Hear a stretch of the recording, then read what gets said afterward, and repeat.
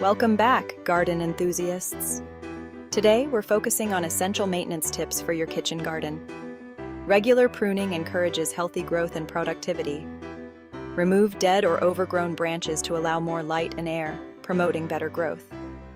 Pruning maintains plant shape, encourages new growth, and enhances fruit and flower production. Use sharp pruning shears for clean cuts and remove dead or diseased wood. Thin out overcrowded areas to improve air circulation. Keeping your garden free of weeds is essential for plant health. Weeds compete for nutrients, water, and light, hindering growth. Regular weeding helps plants thrive and reduces pest habitats. Weed regularly and use mulch to suppress weed growth. Regular pruning and weeding keep your kitchen garden healthy and productive. Thanks for watching.